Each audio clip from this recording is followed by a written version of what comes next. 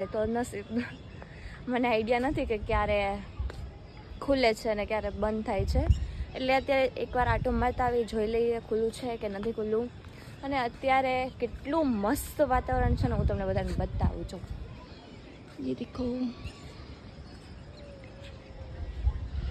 તો ચાલો આપણે જઈએ ઇસ્કોન મંદિર તરફ પ્રયાણ કરીએ.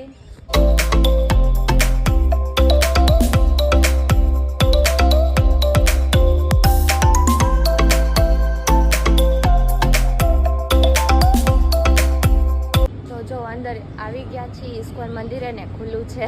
મને નહોતી ખબર, મને એમ કે 7 વાગે બંધ થઈ જતો હશે, બટ ખુલ્લું છે. જો આવી જો કેટલું શાંત છે એકદમ છે ને.